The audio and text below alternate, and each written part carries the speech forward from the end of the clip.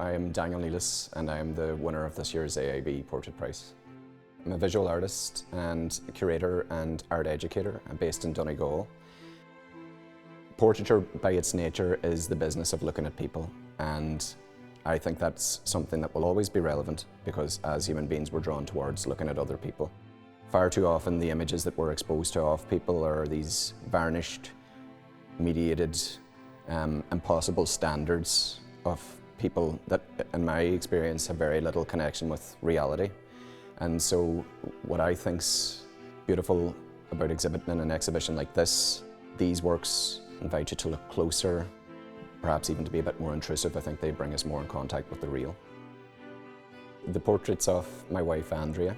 Last year I came across a portrait of Andrea that I would have done in 2013, 2014. And it was an informative work for me because it was during my final year of art college where I engaged with the figure in as honest a way as possible for me, letting go of any expectations of what I thought somebody else would want me to produce and really engaging on my own terms. And it was in that portrait that there was this kind of oddness and intimacy, but also intrusion that kind of emerged, and those have become central things that I kind of seek out in works that I make myself. The portraits that I gravitate towards most are usually things that go beyond the sentimental or beyond pageantry and kind of still intimate, but maybe a bit more uncomfortable to look at as well.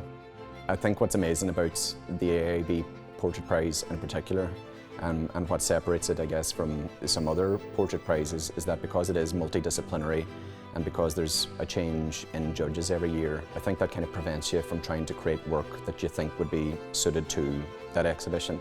And I think that's a trap I've fallen into probably when I was younger myself, and I think you're best to avoid that as, if at all possible, because the best anybody that can do as an artist, I guess, is to make work that resonates with you and trust that that work then will resonate with someone else.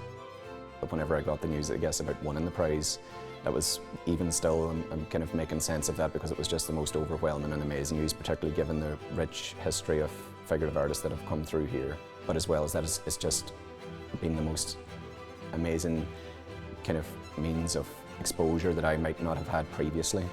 And for a practice that's often very isolating and kind of being by yourself, it's hard to overstate just how important that is.